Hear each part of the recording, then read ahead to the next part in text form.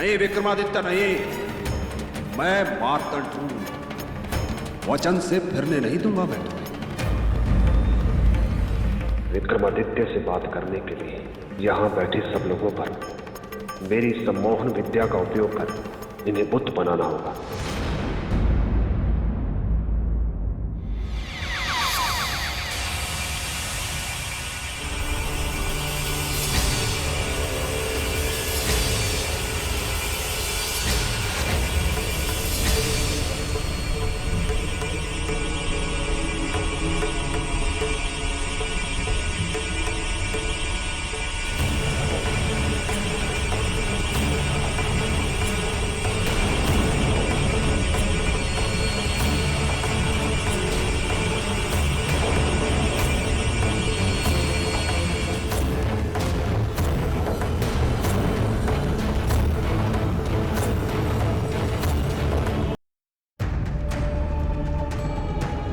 समझ गए मित्र, जो शर्त पूरी करेगा विवाह भी वही करेगा।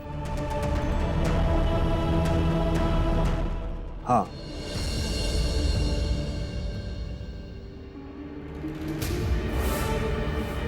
परंतु ये कैसे संभव है मित्र कि शर्त हम पूरी करें और विवाह तुम करो?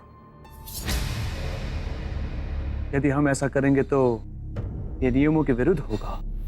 वो नियमों के विरुद्ध होगा और आपका दिया हुआ वचन, उसका कोई नियम नीति नहीं है। ऐसी बात नहीं है मित्र, हमारे लिए तो तुम भी प्रिय और हमारा वचन भी। तो फिर करिए ना अपना वचन पूरा और मेरी इच्छा पूरी।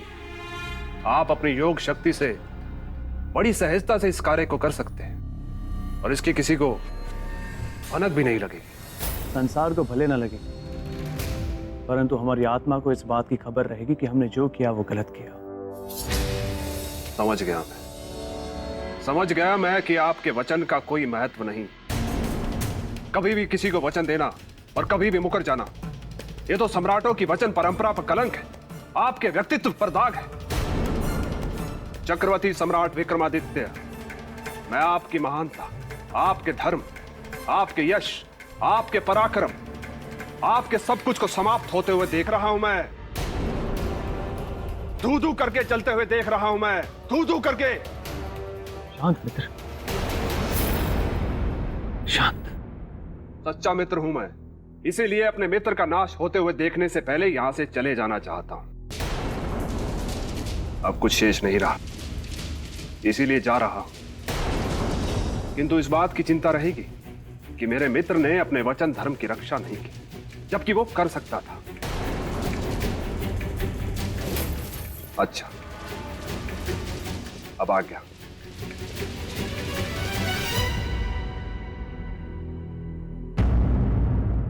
ठहरो मित्र,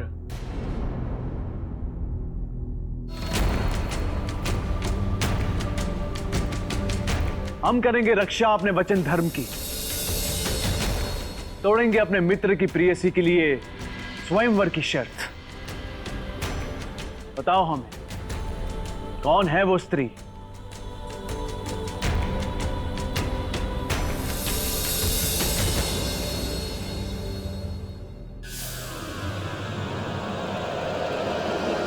सेवल देश की राजकुमार चित्रलेखा।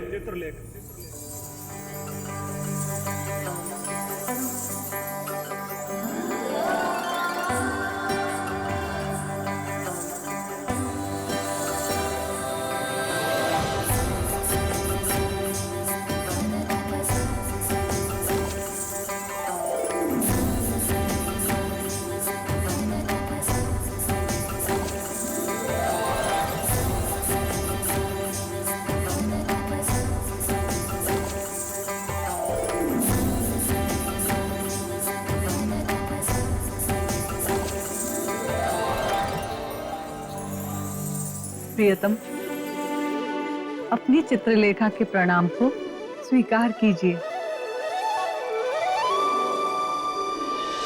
देवी, इसका अर्थ कि महारानी चित्रलेखा के मन में सम्राट विक्रमादित्य पहले से ही बसते थे। देवी, क्या उन्होंने पहले उन्हें कभी देखा था? नहीं देखा था, बिल्कुल भी नहीं देखा था, और ना ही मेरे मित्र ने उन्हें देखा था। वरना इस बात की चर्चा वो मुझसे तो अवश्य ही करते। राजन, मेरे मित्र। चोट तो नहीं लगी? चोट?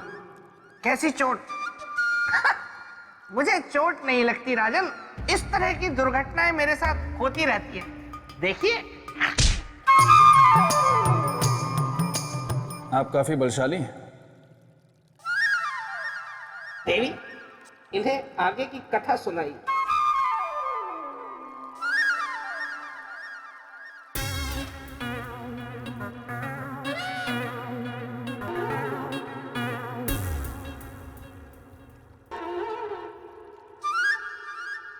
देवी, पहेली तो काफी उलझती जा रही है।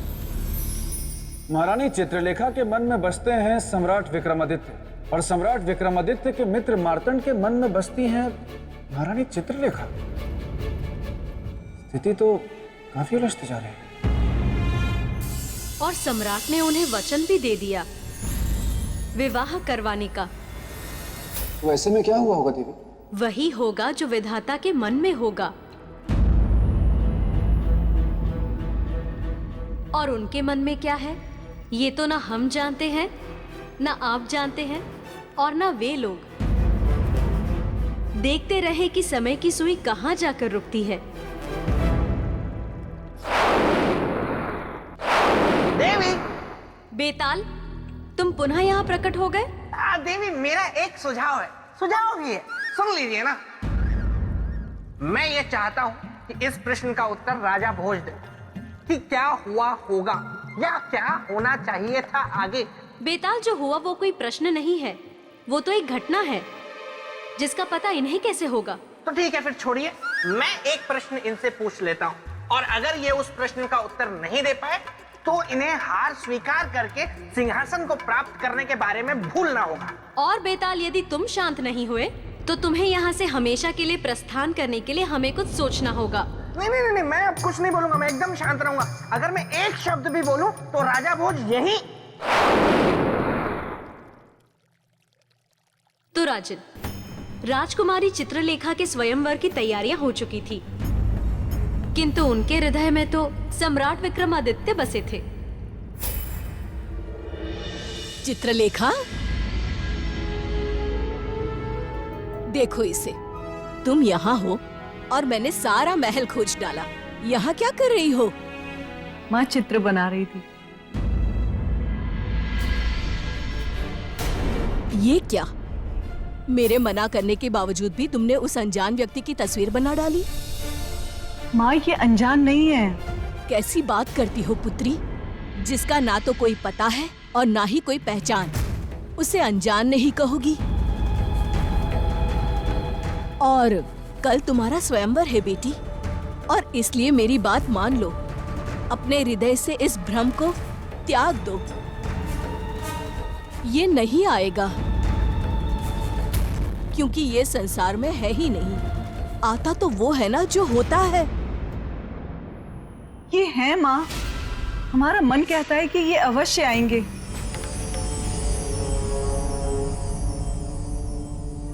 याद रखिएगा मित्र, आपको अपनी योग शक्ति के द्वारा केवल विवाह की शर्त को तोड़ना है, उस स्त्री से मेरे विवाह बंधन को नहीं।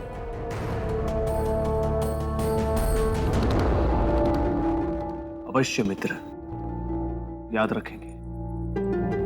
धर्म और वचन हम कभी भूलते नहीं, कभी नहीं। ये व्यक्ति चाहे इस संसार में हो या ना हो, किंतु हम जानते हैं कि कल ये हमारे स्वयंवर में अवश्य आएंगे। तू बावरी हो गई है पुत्री। तुझे बिल्कुल भी भान है? ये बात अगर तेरे पिता को पता चली तो कितना बड़ा अनर्थ हो जाएगा। माँ, हमारे स्वामी सारे अनर्थ का अंत कर देंगे। आप बिल्कुल चिंता मत कीजिए। देखिए, आप हमारा विश्वास मत तोड़िएगा। आप आएंगे ना, चाहे स्वर्ग से उतर के ही क्यों ना आना पड़े, पर जरूर आना। उर्वशी जी, इस चित्र को फौरन हटा लो यहाँ से। और चित्रलेखा, तुम हमारे साथ चलो। माँ, आप हमारी मन के देवता के चित्र को हमारी आंखों के सामने से तो हटा सकती हैं, किंतु हमारे मन के आंगन से नहीं। उन्हें वहां से कोई भी नहीं हटा सकता माँ, कोई भी नहीं।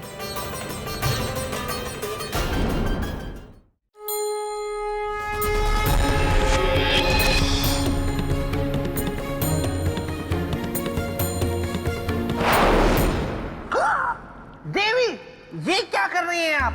इतने सारे फल राजा भोज को खाने को दे रही हैं। मुझे भी भूख लगी है, मुझे भी दीजिए। बेताल, सभी को फल मिलता है, मगर बारी बारी से। अभी बारी राजा भोज की है। फल खराब है। चख के देखता हूँ।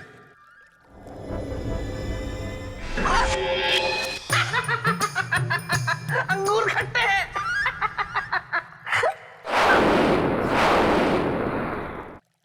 देवी, फलों का इस तरह गायब होना, इसका क्या तात्पर्य है? राजन, जीवन में कभी कभी ऐसा भी होता है कि मनुष्य अपने लक्ष्य से केवल एक कदम की दूरी पर होता है, किंतु उसे प्राप्त नहीं कर पाता।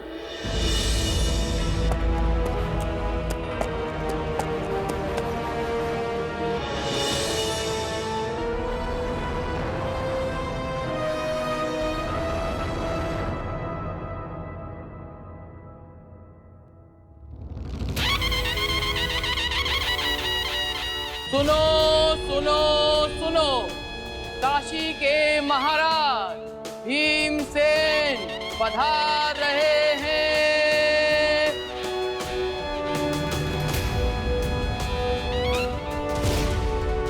सुनो सुनो सुनो, परमवीर चक्रवर्ती उज्जैन के सम्राट विक्रमादित्य पधार रहे हैं।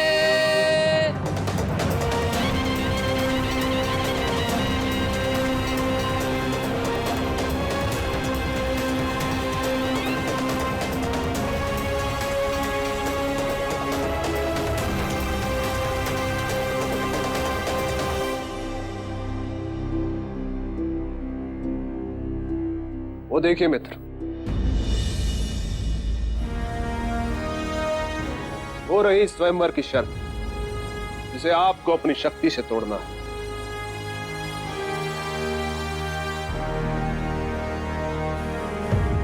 और मेरा विवाह राजकुमारी चित्रलेखा से करवाना है।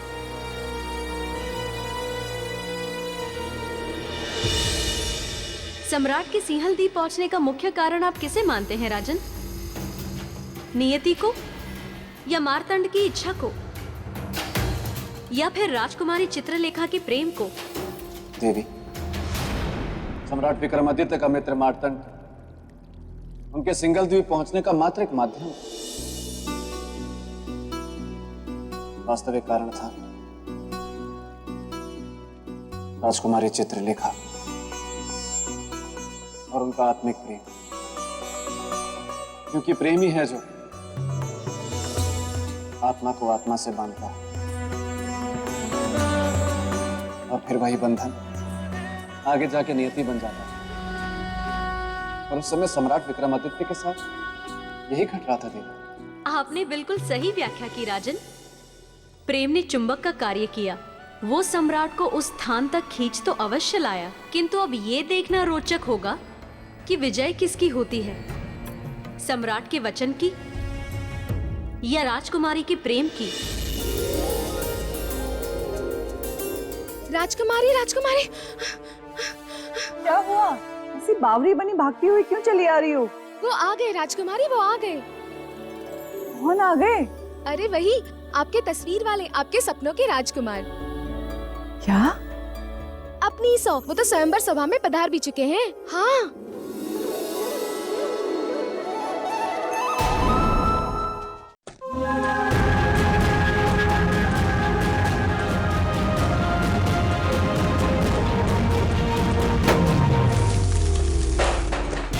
जाओ चित्रलेखा, स्वयंवर स्थल की ओर नहीं जाना पुत्री, रुक जाओ।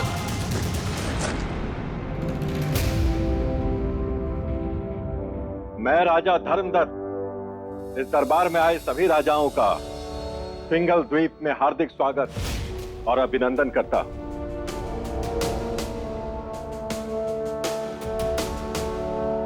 इससे पहले कि स्वयंवर की प्रक्रिया को प्रारंभ किया जाए, हम चाहेंगे कि आप सभी स्वयंवर की शर्त को अच्छी तरह से जान और समझ लें। बताइए मंत्रीवर।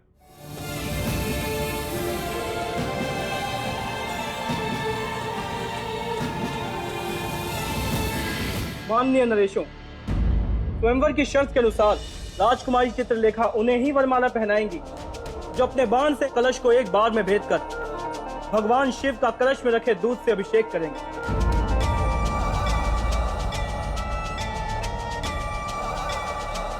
और दूध की धारा का शिव की जटा से निकली हुई गंगा की धारा के समान एक होना भी अनिवार्य है।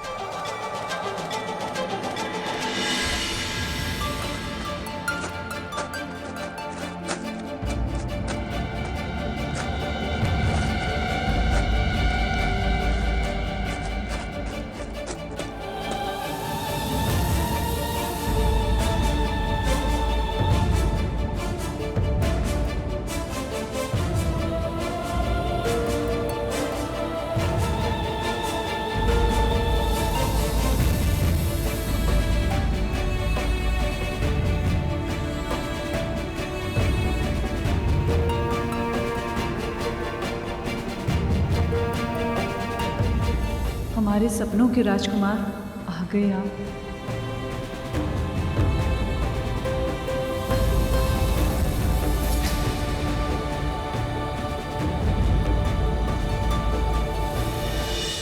ये व्यक्ति चाहे इस संसार में हो या ना हो, किंतु हम जानते हैं कि कल ये हमारे स्वयंवर में अवश्य आएंगे।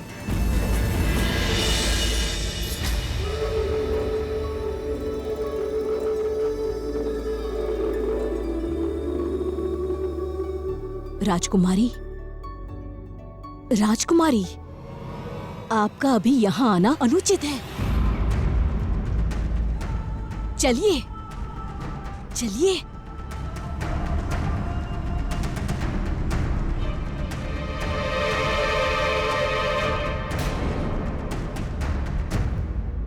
देखा मित्र, यही थी राजकुमारी चित्रलेखा, अप्सरा सी सुंदर, जिन्होंने मेरे मन को अपने वश में कर रखा है।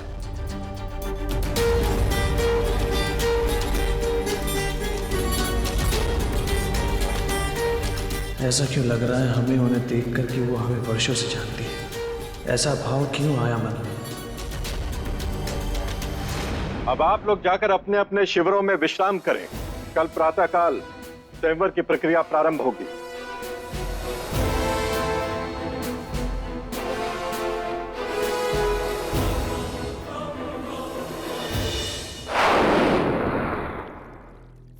देवी, मैं जानने को उत्सुक हूं कि आगे क्या? राजकुमारी के ऐसे भरे दरबार में आ जाने से सिंहलदीप के महाराज बहुत क्रोधित हुए और कुछ न कुछ ऐसा अवश्य है जो आप मुझसे छिपा रही हैं। बताइए महाराज, बताइए, उस व्यवहार के पीछे का भेद क्या है? महाराज, आपकी लाडली का स्वास्थ्य। आप तो सब ठीक है, कुछ और आज जो आप मुझे बताना नहीं चाहते। एक बार मैं आपसे और पूछ रहा हूं महाराज कि राजकुमारी का इस प्रकार स्वयंवर कक्ष में सभी राजकीय मर्यादाओं को ताक पर रखकर चले आने के पीछे का मुख्य कारण क्या है? पिताश्री, आपको जो पूछना है आप हमसे पूछिए। आपके सारे प्रश्नों का उत्तर हमारे पास है। अर्थात कहना क्या चाहती हो तुम?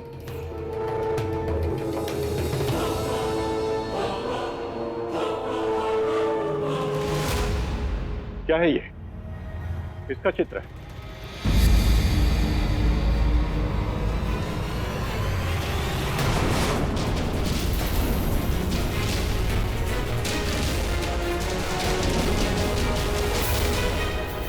ये तो उज्जैन के चक्रवर्ती सम्राट विक्रमादित्य का चित्र है। बिल्कुल। ये आपके पास कैसे आया? इसे हमने स्वयं बनाया है। तुमने? और तुमने इसे कब देखा, कहां देखा? अब तक तो इन्हें हमने कल्पना में देखा था, पर चित्र बनाते समय हम इन्हें जानते भी नहीं थे। पर अब इन्हें हम जानते भी हैं और स्वयंवर कक्ष में देखने के बाद पहचानते भी हैं। और एक और बात पिताश्री,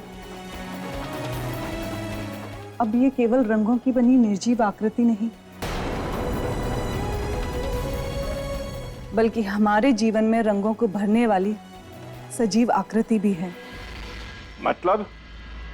हमने इन्हें अपने जीवन का अधिकारी चुन लिया है पिताश्री।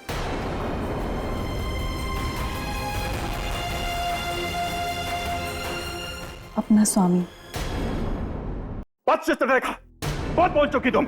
अपने जीवन से संबंधित ऐसे महत्वपूर्ण निर्णय लेने का तुम्हें कोई अधिकार ही नहीं है पुत्री।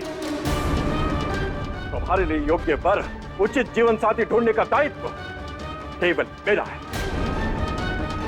अभी आप शांत हो जाइए महाराज। कैसे शांत हो जाऊं महारानी?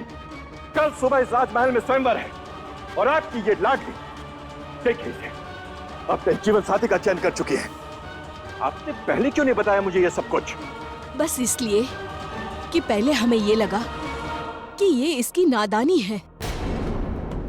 पर आज सभा में हमने जब सम्राट विक्रमादित्य को अपनी आंखों से देखा, तब हमें यकीन हो गया कि मेरी पुत्री के हृदय में पनपा ये आकर्षण अनायास नहीं था।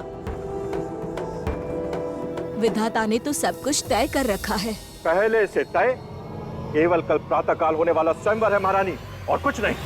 आपसे विनती है महाराज कि कल होने वाले स्वयंवर को स्थगित कर दीजिए और चित्रलेखा का विवाह सम्राट विक्रमादित्य से कर दीजिए। नहीं, कभी नहीं महारानी। सब कुछ वैसा ही होगा जैसा कि मैंने पहले तय किया था। और ये बात आप दोनों भी अच्छी तरह से समझ लीजिए कि इस स्वयंवर के बिना राजकुमारी का विवाह हो ही नहीं सकता। समय रहते आप दोनों अपनी अपनी इच्छाओं को भुला डालिए, बस। पिताश्री, आप चाहे कुछ भी कर लीजिए, हमारे स्वयंवर की शर्त तो यही जीतेंगे और हमारा विवाह भी इन्हीं से होगा, हमारे सपनों के राजकुमार।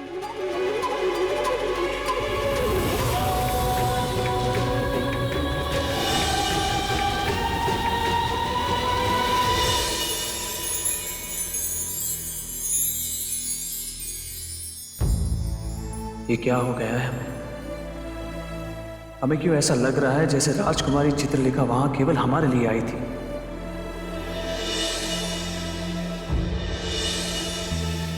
उस एक पल में उनका ऐसा कौन सा जादू हम पर चल गया कि वो एक पल हमें जन्मों जन्म का पल लगने लगा।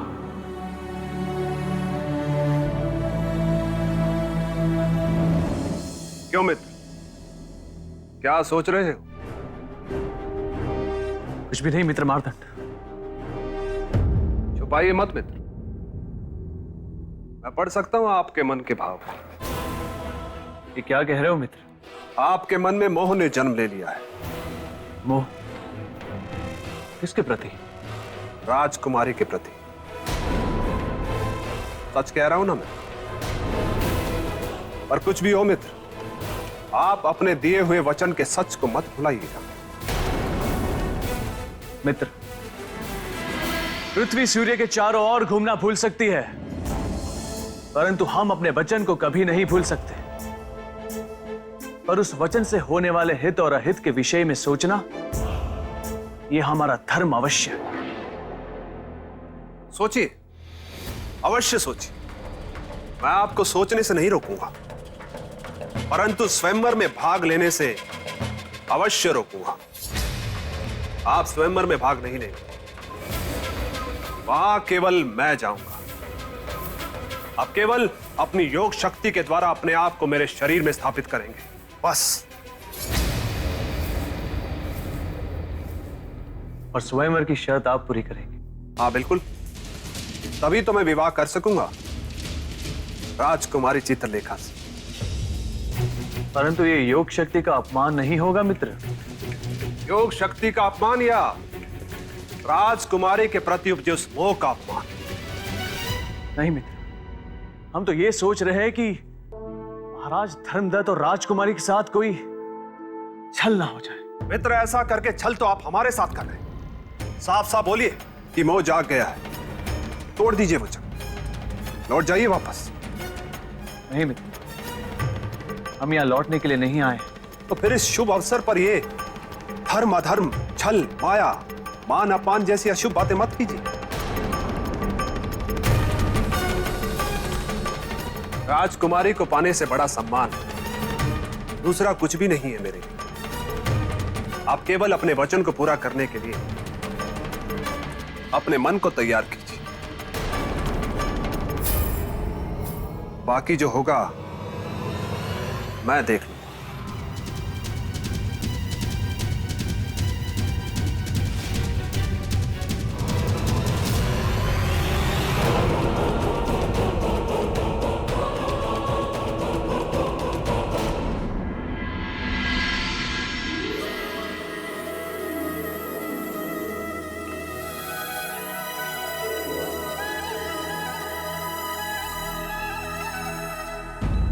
स्वामी, आज आपके आ जाने से संसार में ये बात सिद्ध हो गई कि सच्चे प्रेम और विश्वास की ही जीत होती है।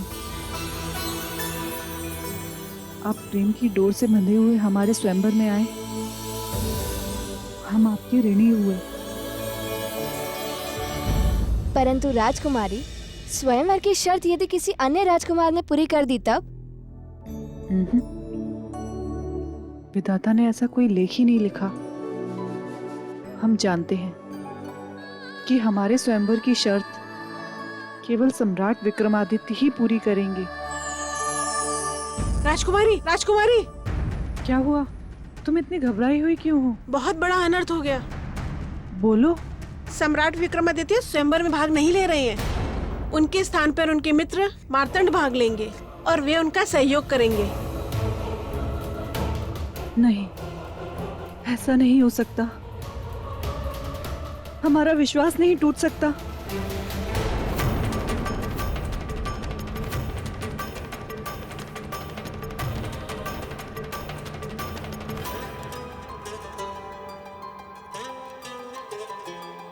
पुत्री, कहाँ जा रही हो इस तरह सुध-बुध खोकर? स्वयंवर स्थल पर माँ। क्यों? किस लिए? ये पता करने कि जिसकी हमें वर्षों से प्रतीक्षा थी, वो हमारे जीवन के द्वार पर आकर भी हमारे जीवन की निर्णायक घड़ी से अलग क्यों हो गए? पुत्री, तेरी बातें मुझे समझ में नहीं आती। माँ, सम्राट विक्रमादित्य हमारे स्वयंवर में आए तो अवश्य हैं, किसी के साथी बनकर, स्वयं भाग लेने नहीं, किंतु हम भी नियति के इस क्रूर मजाक को सहन नहीं करेंगे। हमारे वर वही होंगे, चाहे वो स्वयंवर में भाग लें अथवा ना लें। बस हम उन्हें अपना निर्णय बताने जा रहे हैं। जा बेटी जा, मैं तुझे नहीं रोकूंगी, लेकिन एक बेटी को विदाई देते समय माँ उसके आंचल में एक सीख बांधती है, और उस नाते मैं तुझे अवश्य कहूंगी कि कोई भी काम ऐसा ना करना जिससे कुल कलंकित हो।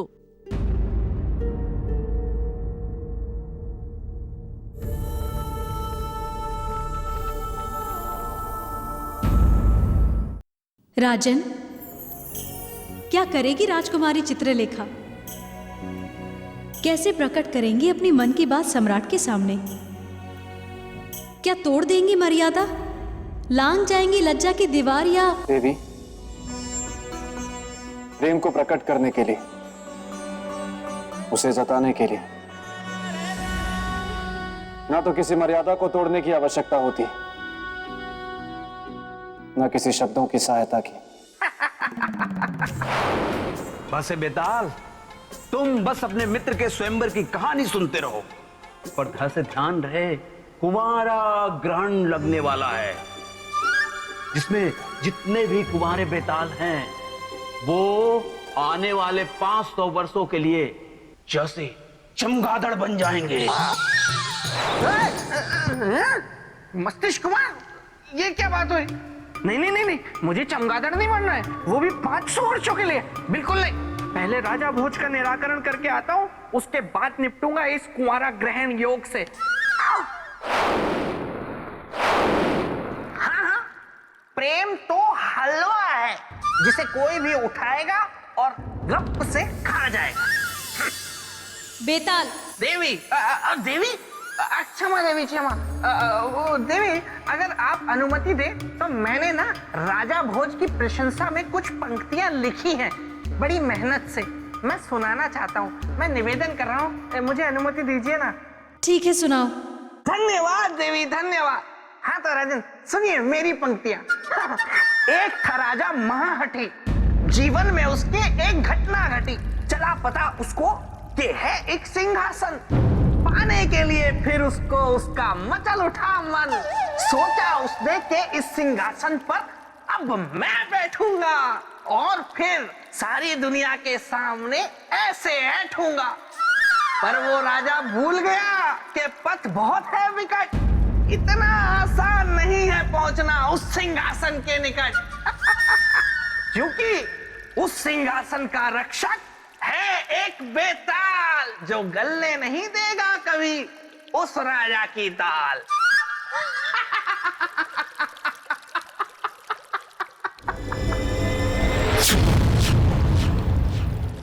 अच्छा देवी, फिर क्या हुआ? राजन, राजकुमारी चित्रलेखा सम्राट से मिलने पहुंची और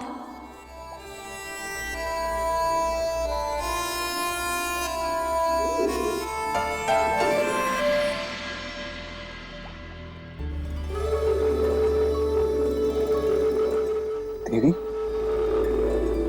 आप यहाँ? जहाँ संगीत वहाँ सरगम, जहाँ दिया वहीं बाती, और जहाँ कंठ वहीं वाणी। आपकी बातों में तो कविता झलक रही है। ये कहकर आपने हमें धन्य कर दिया। क्यों नहीं, जो कोई भी आपकी पंक्तियां सुनेगा वो यही कहेगा कि आप अच्छी कविता सुनाते।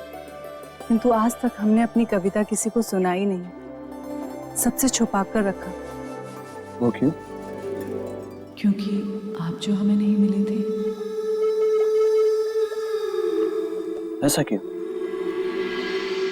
क्योंकि आज तक हमें कोई ऐसा मिला ही नहीं जो हमारी कविता के माध्यम से हमारे हृदय के भाव समझ सके, हमारे जीवन की कामनाओं को समझ सके। किंतु आज हमें ये विश्वास हो गया है कि यदि आप हमारे शब्दों को अपना संगीत दें, तो जहाँ एक और जीवन में कविता के रूप में हमारी भावना जाग उठेगी, तो वहीं एक और हमारा जीवन भी खिल उठेगा। तो क्या ये उपकार आप हम पर करेंगे? उपयोग नहीं, सहयोग। तो क्या आप हमारे सहभागी बनेंगे? स्वर दे। सहभागी होने के लिए धन्यवाद।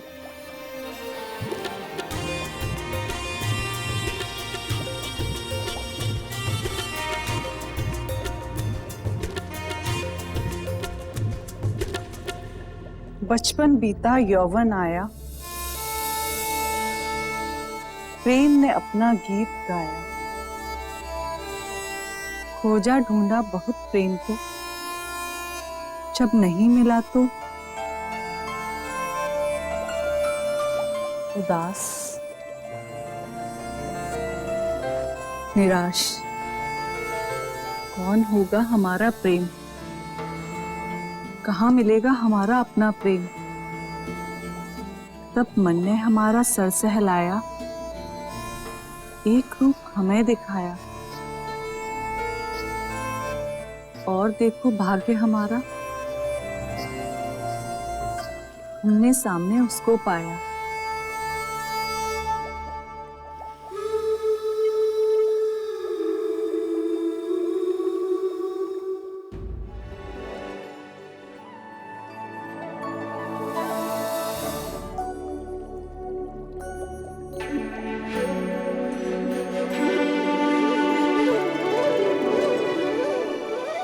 देवी,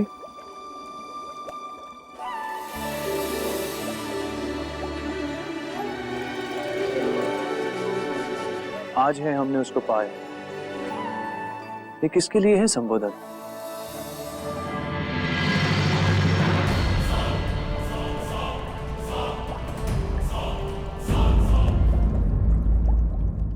आज है हमने उसको पाया।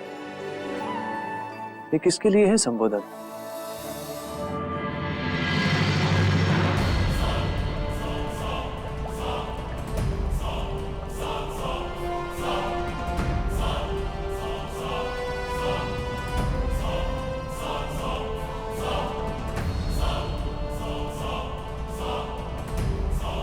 क्यों लग रहा है ऐसा कि मानो हमें ही सवालों के घेरे में खड़े कर दिए गए?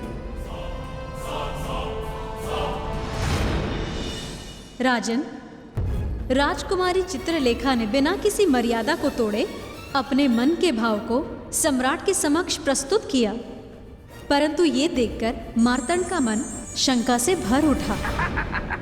वाह वाह गोलू वाह, मजा आ गया। वाह गोलू, गोलू, मस्तिष्क कुमार तुम? यहाँ घस कुमारा ग्रहण योग लगने में सिर्फ कुछ घस घंटे शेष है और तुम गोलू में बस व्यस्त हो। एक बस बेतालनी है जो शायद मां से मान जाए, लेकिन तुम इसे इनकार तो नहीं करोगे ना? नहीं करूंगा, क्यों करूंगा? कोई इनकार करके मुझे चमगादड़ बनकर थोड़े ना रहना है। कोई भी होगी, कैसी भी होगी, मैं सगाई करने के लिए तैयार हूं मस्तिष्क कुमार। ठीक है गोलू, मैं चला। बार बार डरा जाता है गोलू। मार्तंड तो था ही अवसरवादी, इसलिए उसने इस मिलाप के संबंध में सम्राट से कोई प्रश्न भी नहीं किया। समझा दे, मार्तंड ये जानता था कि जिसके साथ वो ऐसा कर रहा है वो धर्मप्रिय है, और जो कर रहा है वो अधर्म। हाँ राजन, उसे भय था पूछताछ से कि कहीं सम्राट विक्रमादित्य क्रोधित हो गए तो सब बिगड़ जाएगा, इसलिए उसने उस बात की अनदेखी की। तो क्या सम्राट भी उसकी चतुराई को समझ नहीं पाए, या फिर वो भी जानबूझकर? दोनों में से कुछ नहीं। दोनों में से कुछ नहीं? नहीं, क्योंकि सम्राट विक्रमादित्य रात भर राजकुमारी चित्रलेखा की कविताएं समझने में ही लगे रहे। बचपन बीता यौवन आया, प्रेम ने अपना गीत गाया, खोजा ढूंढा बहुत प्रेम को, जब नहीं मिला तो उदास निराश। कौन होगा हमारा प्रेम?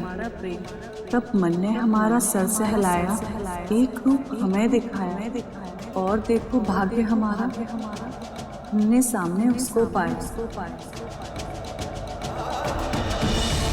कौन था उस कविता का प्रेमी? कहीं राजकुमारी का संकेत हमारी ओर तो नहीं था? नहीं नहीं, हम नहीं हो सकते। हम कैसे हो सकते हैं? पर जब हम नहीं हैं उस कविता के पात्र, तो फिर हमें सुनाने का क्या अर्थ? समझ में नहीं आ रहा है कि यह हमारा भ्रम है या फिर। इसी उधेड़-बुन में सम्राट की पूरी रात बीत गई। उनका ध्यान तब टूटा जब प्रातःकाल स्वयंवर का बिगुल बजा।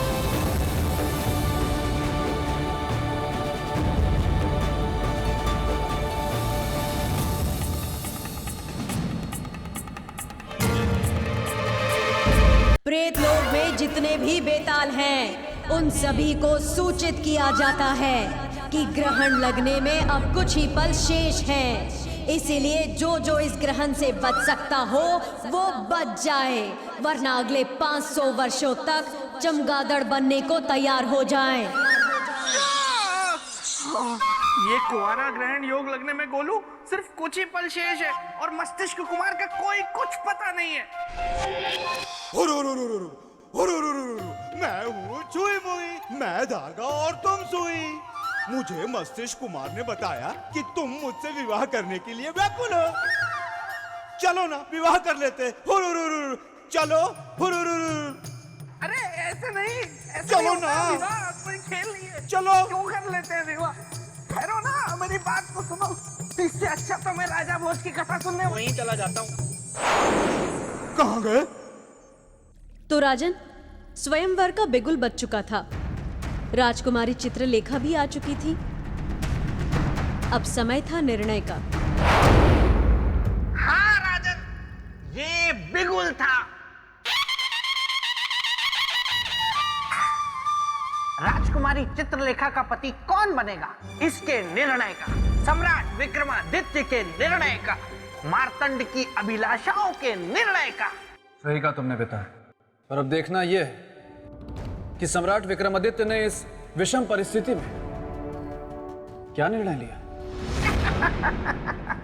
राजन, राजकुमारी चित्रलेखा ही सम्राट विक्रमादित्य की महारानी बनी, ये सब जानते हैं। किंतु ये सब कुछ संभव हुआ कैसे, ये बड़ा रोचक है।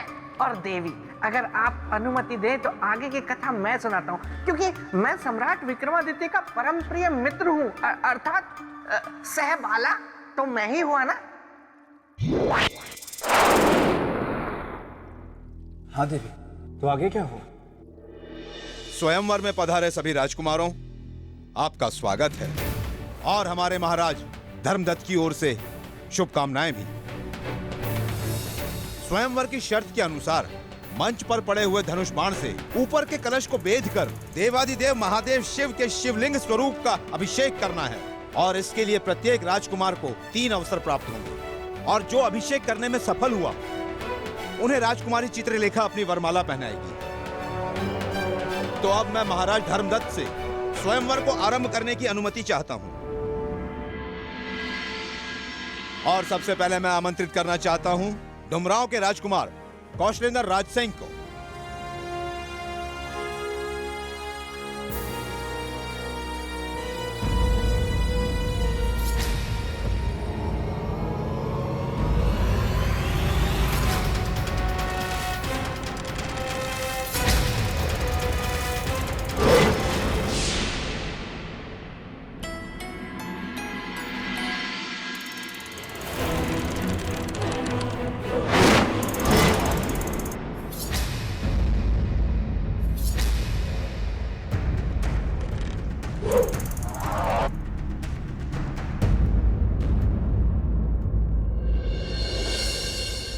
और अब बारी है ब्राह्मण कुमार मार्तंड की। मित्र, जा रहा हूं मैं। वचन निभाने का समय आ गया है। याद रखना, तीर हम चलाएंगे पर लक्ष्य तुम भेदोगे। हमारे मंच पर पहुंचने से पहले अपनी योग शक्ति के द्वारा अपने आप को हमारे शरीर में स्थापित कर दे। ये कैसा धर्म संकट है? राजकुमारी से छल करो या अपने मित्र को दिया वचन तोड़ो।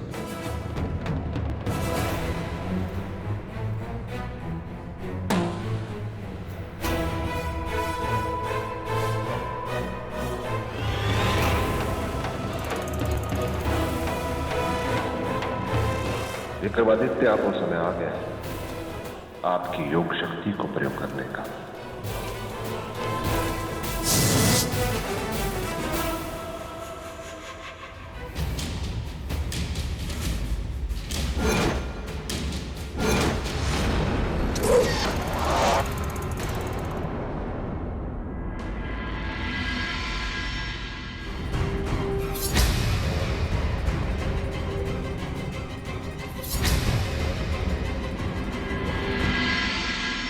धन्यवाद महादेव।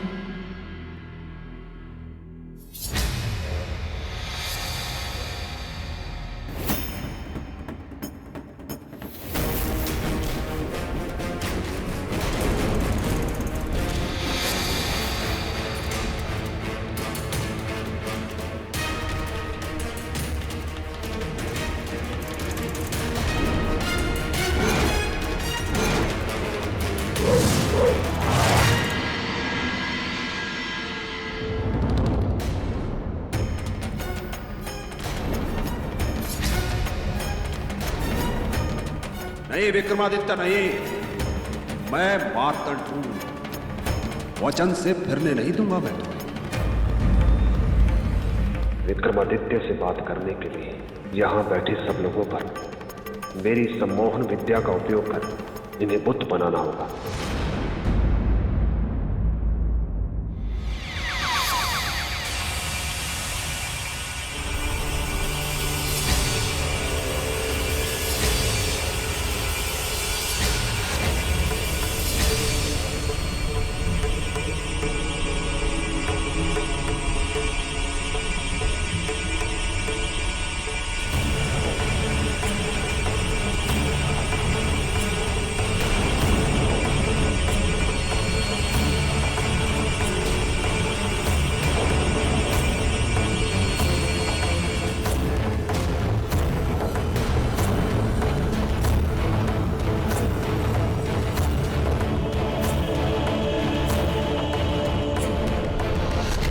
सम्राट, क्या हो गया है आपको? वचन भूल गए या चूक गई शक्ति? 2 बाण विफल हो गए, तीसरा नहीं जाना चाहिए। सम्राट विक्रमादित्य को कुछ पता नहीं था पहले क्या हुआ और आगे क्या होने वाला है, क्योंकि जब व्यक्ति द्वंद्व के बीच फंसता है तो उसे कोई सुध नहीं होती। और यही स्थिति सम्राट विक्रमादित्य की थी, क्योंकि वे प्रेम और धर्म के द्वंद्व के बीच फंस गए थे। सम्राट, क्या हो गया है आपको? कहां गए आपके शब्द? मैं अपना नाम भूल सकता किंतु वचन नहीं। अब समझा, वो दावा नहीं केवल छलावा था। और मुझे तो लग रहा है कि राजकुमारी चित्रलेखा के रूप ने आपको मोहित कर लिया, इसीलिए तो आप। बस मार्तंड, हम दुविधा में, इसका अर्थ यह नहीं कि तुम कुछ भी कहो। बात पर दुविधा कैसी? हम जो करने जा रहे हैं वो धर्म युक्त है या अधर्म युक्त? राजकुमारी के स्वयंवर के साथ जो छल करेंगे वो हित करे या अहित कर? सम्राट, धर्म अधर्म, हित अहित सोचना था तो वचन देने से पहले सोचना चाहिए था। अभी सोचने का अर्थ है केवल छल। तुम जिसे छल कह रहे हो वो हमारा धर्म है, परंतु इसका प्रमाण तो नहीं दिख रहा है। धर्म का पालन करने वाले पर्वत के समान अडिग होते हैं। संसार भले ही इधर से उधर हो जाए, परंतु धर्म के मार्ग से नहीं दिखते। और आप तो निश्चिंत रहो, धर्म पालक हो, धर्म से कभी हटूंगा नहीं।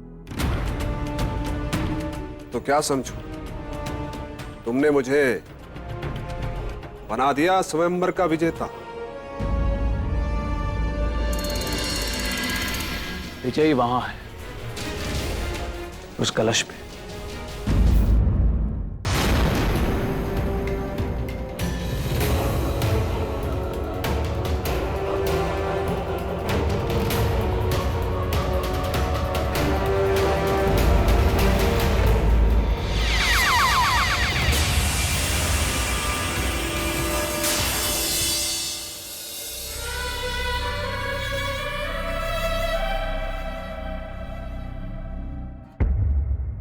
क्या सोच रहे हैं ब्राह्मण कुमार? अपने आखिरी अवसर का उपयोग कीजिए।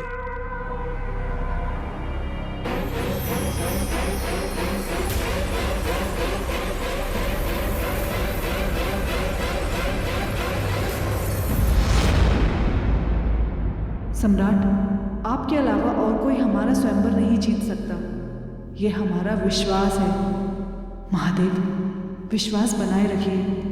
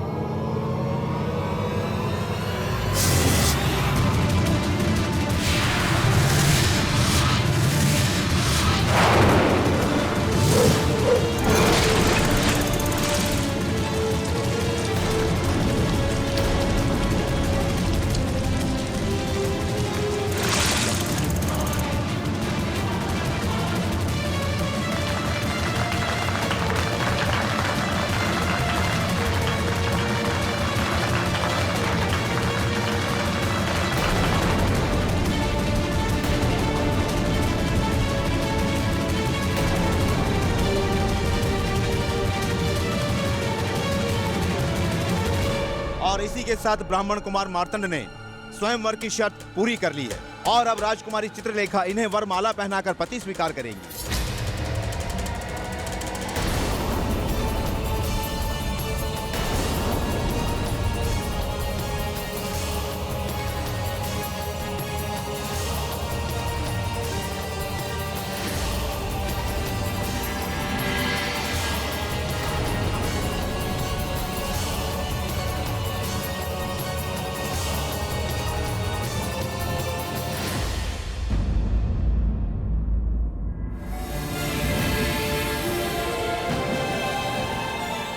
चित्रलेखा, पुत्री चित्रलेखा, आगे बढ़ो और अपने जीवन साथी के गले में वरमाला डाल दो।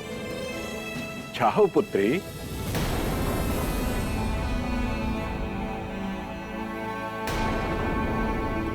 आगे बढ़ो पुत्री।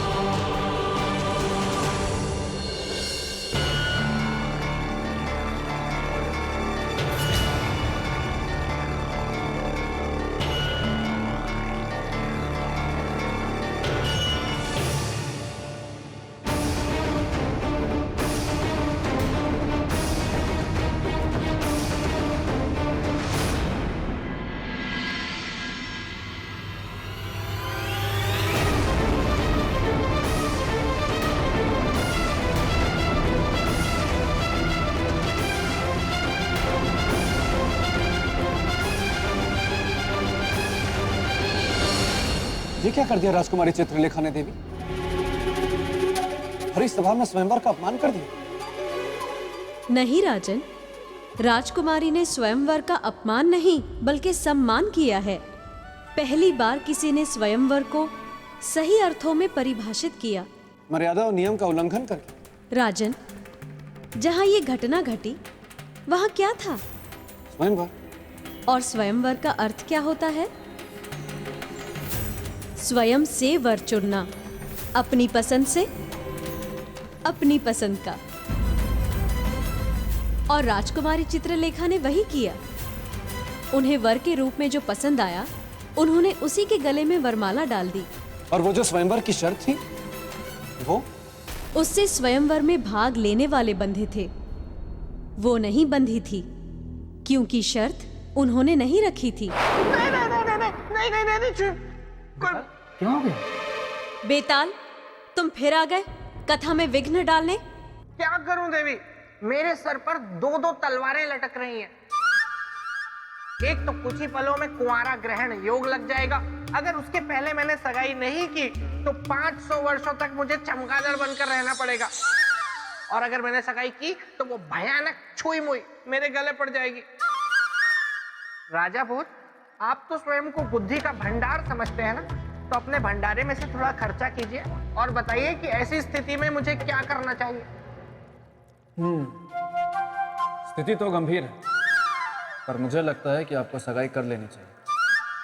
चमगादड़ बनने से तो बेहतर है ना। सत्यवचन, सत्यवचन राजा। देवी, मैं जा रहा हूं और ये सिंहासन आपकी सुरक्षा में सुरक्षित रहेगा। इसे बैठने मत दीजिएगा।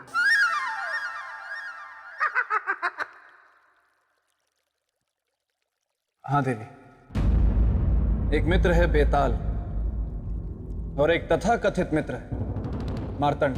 मार्तंड सम्राट विक्रमादित्य को विवश कर सकता था, किंतु राजकुमारी चित्रलेखा को नहीं। इसलिए राजकुमारी चित्रलेखा ने सम्राट विक्रम को वर चुनकर सही किया। परंतु ऐसा करके उन्होंने बहुत बड़ा संकट खड़ा कर दिया। आपका संकेत अधिकार का है, ना कि राजकुमारी पर किसका अधिकार होगा, मार्तंड का या सम्राट का। सही कह रही हूं ना मैं? बिल्कुल सही कहा देवी। यही प्रश्न उस दिन राजसभा में सभी के समक्ष था। महाराज धर्मदत्त, ये आपका कैसा स्वयंवर है? स्वयंवर की शर्त कोई और पूरी करता है, वरमाला कोई और पहनता है, कन्या का पति कोई और बनता है। यहां उपस्थित सभी जन सुन लीजिए, चाहे वरमाला राजकुमारी ने किसी के गले में पहनाई हो, पत्नी केवल हमारी है, उस पर केवल हमारा अधिकार है, अन्य किसी का नहीं। ब्राह्मण कुमार मार्तंड, कृपया शांत हो जाइए और हमारी बात ध्यान से सुनिए। जब इस स्वयंवर की शर्त को आपने पूरा किया है तो निश्चय ही हमारी पुत्री चित्रलेखा का विवाह केवल आपके साथ ही होगा। आप ही वर होंगे, आप निश्चित रहें। कहिए अपनी पुत्री से वरमाला हमारे गले में पहनाए।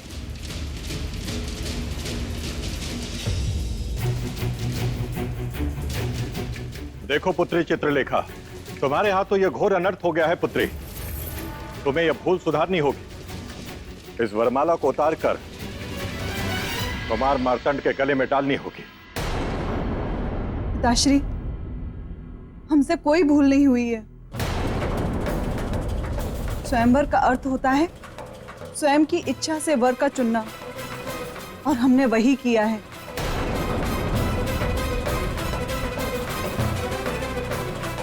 यही हमारा अटल निर्णय है और हमारा यही अंतिम निर्णय होगा। पुत्री चित्रलेखा,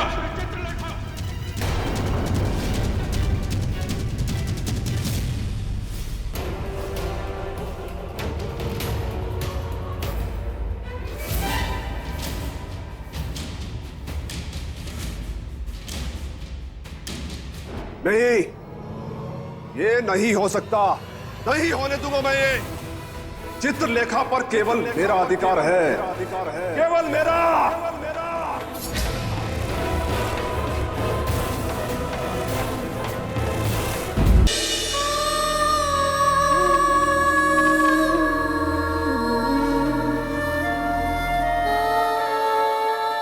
पुत्री, एक माँ होने के नाते मैं तुम्हारी भावनाओं के साथ अवश्य हूँ, किंतु एक महारानी होने के नाते राजधर्म की ओर से आंखें भी नहीं मूंद सकती। तुमने जो किया पुत्री, वो उचित नहीं किया।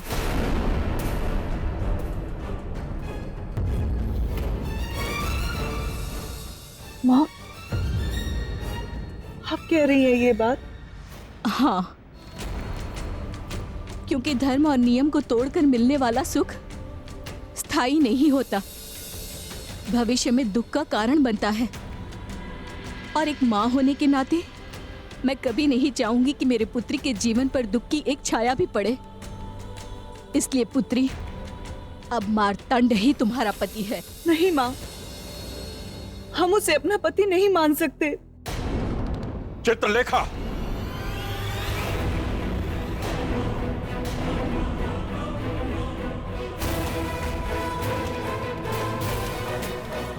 स्वयंवर प्रेम का प्रतीक नहीं पुत्री, प्रथा और परंपरा का प्रतिमान है। तुमने न केवल उन परंपराओं की मर्यादा भंग की है, बल्कि हमारे सम्मान, हमारे अभिमान को भी भयंकर ठेस पहुंचाया है पुत्री। ये कैसी व्यवस्था है? ये कैसा समाज है पिताश्री, जहां एक बेटी की इच्छा का कोई मोल नहीं? उसके जीवन जीने जैसे महत्वपूर्ण निर्णय को भी पिता और समाज ही लेता है, बिना उससे पूछे, बिना उसकी सहमति के। परंपरा नहीं बदलेगी, तुम्हें अपनी इच्छा बदलनी होगी। ये कठोर निर्णय किसका है? एक पिता का या एक राजा का?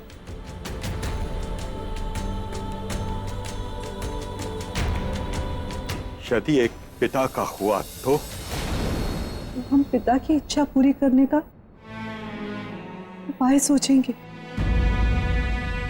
और यदि एक राजा का हुआ तो हम विरोध करेंगे।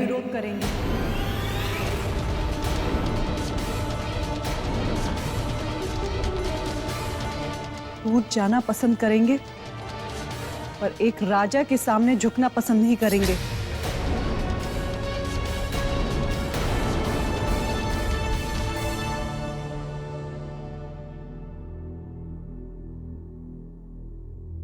तो आज एक पिता अपनी पुत्री से विनती करता है, बदल दे अपना ये निर्णय पुत्री। नहीं पिताश्री, अब ये निर्णय हमारा नहीं रहा। सम्राट हमारे जीवन साथी हैं। इसके कारण हम दोनों के जीवन के सारे निर्णय हम दोनों की राय के द्वारा ही लिए जाएंगे। तो आपके मान के लिए इस संदर्भ में हम उनसे बात अवश्य करेंगे।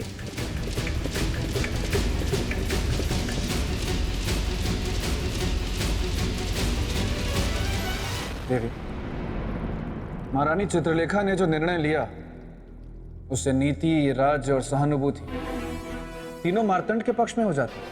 हाँ राजन, किंतु प्रेम और हृदय ना किसी नीति को जानते हैं, ना किसी राज्य को मानते हैं।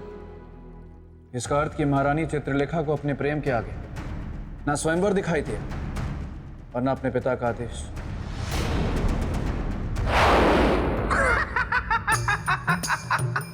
आप यहाँ क्या कर रहे हैं? आपको तो छुई मुई के पास होना चाहिए था।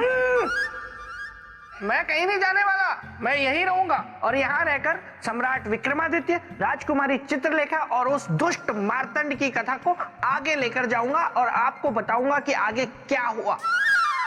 तो राजन, उस दुष्ट मार्तंड ने मेरे मित्र विक्रमादित्य पर आरोप प्रत्यारोप लगाने शुरू कर दिए। विक्रमादित्य, तुमने छल किया है मेरे साथ, अपना वचन तोड़ा है तुमने। नहीं मित्र, हमने वचन तोड़ा नहीं, उसे पूरा किया है। इसीलिए वरमाला अपने गले पहन ली। हम नहीं जानते कि जो हुआ वो क्यों हुआ और कैसे हुआ, परंतु इतना जानते हैं कि जो हुआ वो गलत हुआ।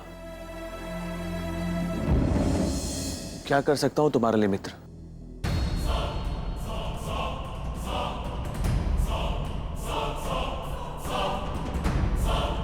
यहां से चले जाएंगे, यहां से चले जाएंगे, अविलंब।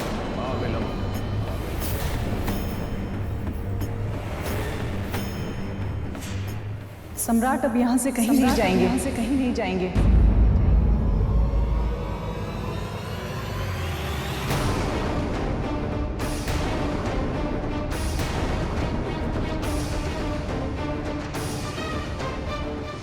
इन्हें रोककर हमारी अर्चन को रोक रही है। अर्चन तो आप उपस्थित कर रहे हैं ब्राह्मण कुमार। मैं और अर्चन, ये क्या कह रही हैं आप? देवी स्वयंवर की शर्त के अनुसार आप मेरी पत्नी हैं और मैं आपका पति। आप जानती हैं ना, स्वयंवर की शर्त को मैंने पूरा किया है। वो शर्त हमारी नहीं थी, हमारे पिता की थी। इसलिए स्वयंवर से संबंधित जितने भी प्रश्न और जिज्ञासा है, आप उनसे बात कीजिए, हमसे नहीं। अब हमें एकांत दीजिए, हमें सम्राट से कुछ बात करनी है।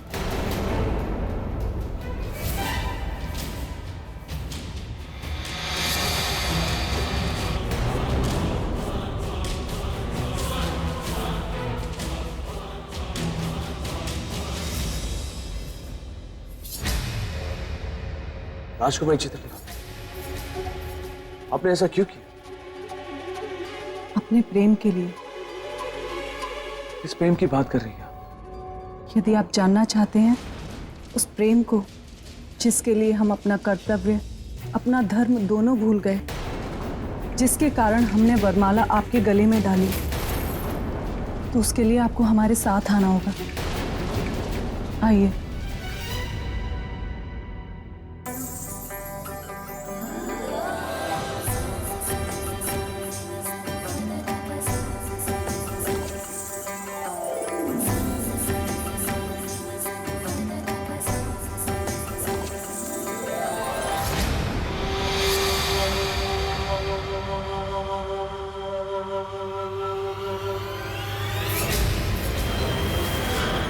पानी सर से ऊपर हो, इससे पहले मुझे महाराज धर्मदत्त से बात करनी होगी।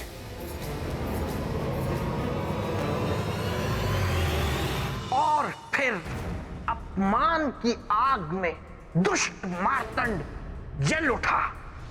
राजन, एक प्रश्न मेरे पेट में बड़ी देर से गुदगुदी कर रहा है। देवी, अगर आप आज्ञा दें तो मैं पूछ लूं इनसे? नहीं बेताल, तुम वापस प्रेत भूमि जाओ, वहाँ छुईमई तुम्हारी प्रतीक्षा कर रही है। नहीं नहीं नहीं नहीं नहीं नहीं नहीं देवी, मेरी गुदगुदी बंद हो गई। मुझे कोई प्रश्न ही नहीं पूछना। मैं तो एकदम चुप रहूंगा, लेकिन यही रहूंगा। और फिर राजकुमारी सम्राट को ले गई अपने प्रेम का प्रमाण देने।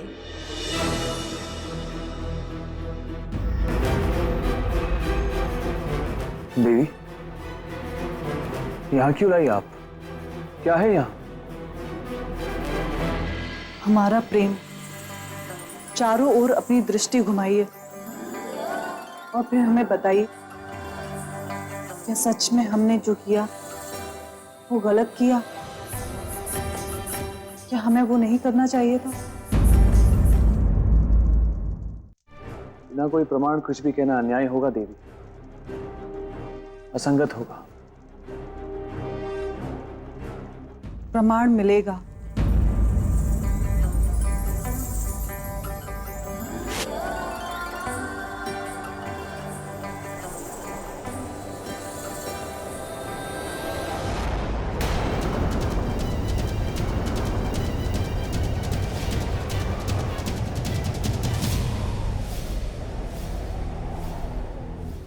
ये क्या है देवी? चारों ओर हमारी तस्वीर। देख लिया ना प्रमाण?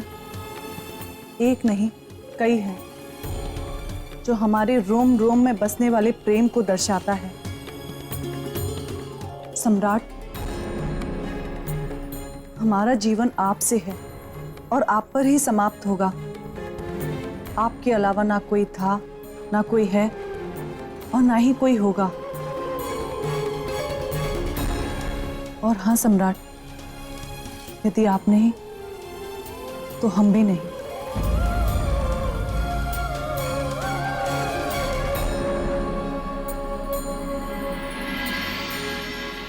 मार्तंड जी, मैं आपसे एक बार पुनः कह रहा हूं कि सम्राट विक्रमादित्य से हमारा कोई संबंध नहीं है।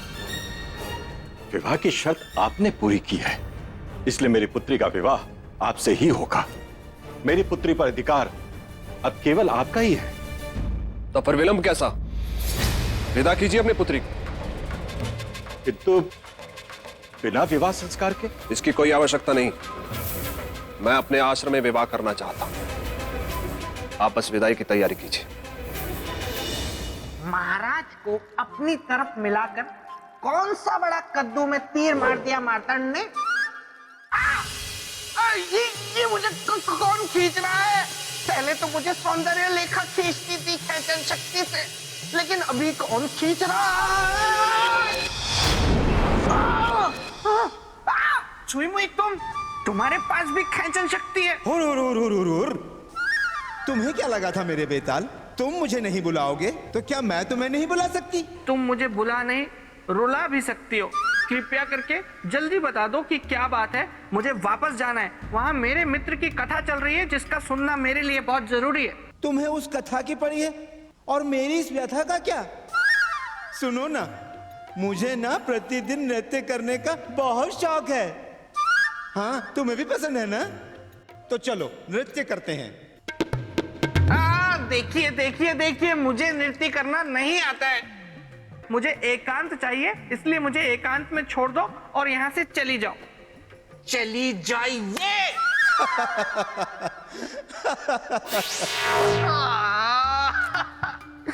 ये कुंवारा ग्रहण योग के चक्कर में मैं कहाँ फंस गया? गोलू, जल्दी से दिखाओ गुफा में क्या हो रहा है। देवी, फिर क्या हुआ? मुझे जानने की जिज्ञासा है। राजन, जहां एक और मार्तंड महाराज को अपनी तरफ करके सम्राट विक्रमादित्य के विरुद्ध ईर्ष्या भाव रख रहे थे, वहीं दूसरी ओर राजकुमारी चित्रलेखा सम्राट को अपने प्रेम का विश्वास दिला रही थी। इस सत्य को हम अब भी स्वीकार नहीं कर पा रहे हैं कि कलश भेदन किसी और ने किया और न ही जन्म जन्मांतर तक कर पाएंगे, क्योंकि हम जानते हैं कि कोई दूसरा कलश भेदन कर ही नहीं सकता था। तेरे विश्वास से आप कैसे कह सकती है? इसलिए क्योंकि हमारा प्रेम सच्चा है, वो विश्वास की नींव पर खड़ा है। अब बताइए, क्या आपको अब भी लगता है कि हमने जो किया वो गलत किया? हमें नहीं डालनी चाहिए थी आपको वरमाला? कैसे कहे कि आपने वरमाला डालकर गलत किया? आपको देखते ही हमारे मन में भी तो यही भाव आया था कि आपसे हमारा संबंध भी सदियों पुराना है। क्या सोच रहे हैं सम्राट? हमारे प्रेम का निर्णय सुनाइए। हमारे प्रेम का निर्णय सुनाइए। देवी, एक पराजित और अपराधी क्या निर्णय देगा? निर्णय तो सदा विजयी सुनाता है। मैंने सुनी आपकी प्रेम गाथा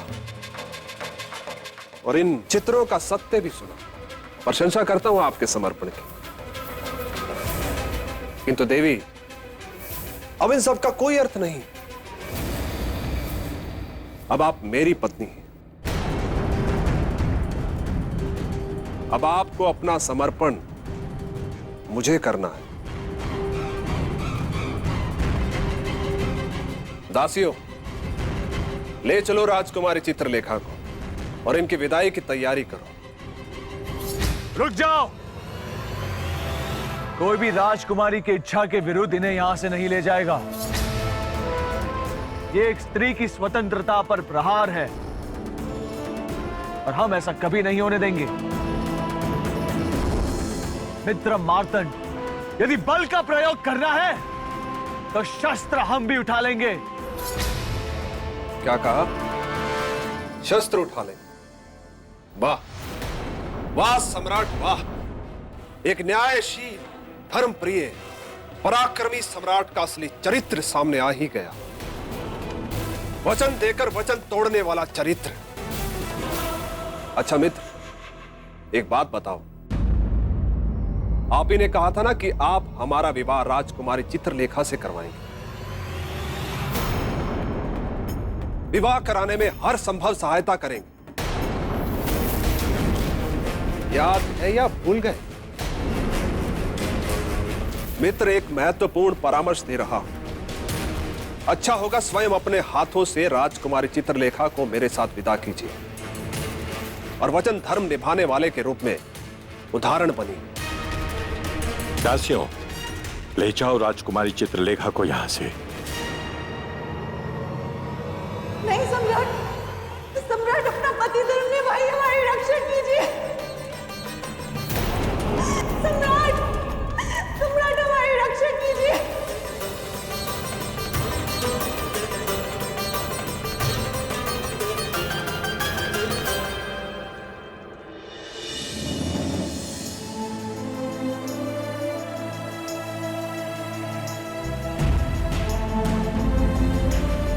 हमारा जीवन आपसे है और आप पर ही समाप्त होगा। आपके अलावा ना कोई था, ना कोई है और ना ही कोई होगा। यदि आप नहीं तो हम भी नहीं।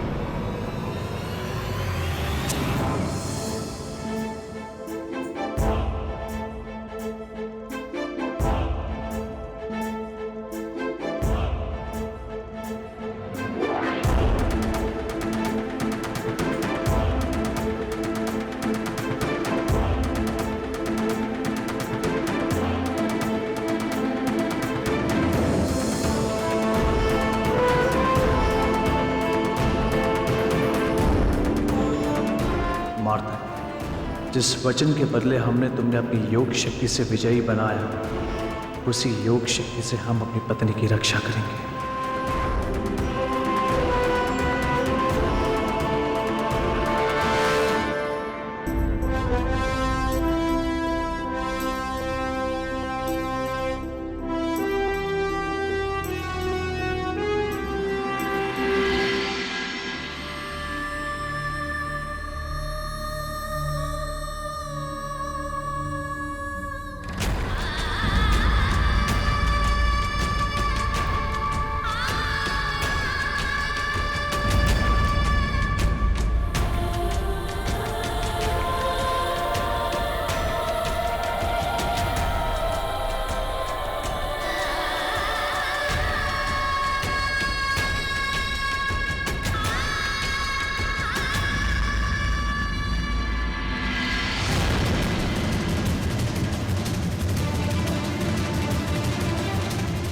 मार्तंड,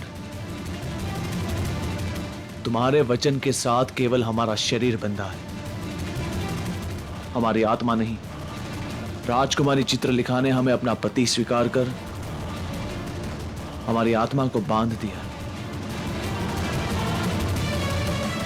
अब हम अपनी योग शक्ति से उनकी रक्षा करेंगे और उनकी रक्षा करना हमारे लिए सबसे महत्वपूर्ण है, क्योंकि इसी रक्षा से हमारे वचन, धर्म और कर्तव्य की रक्षा बंधी हुई है।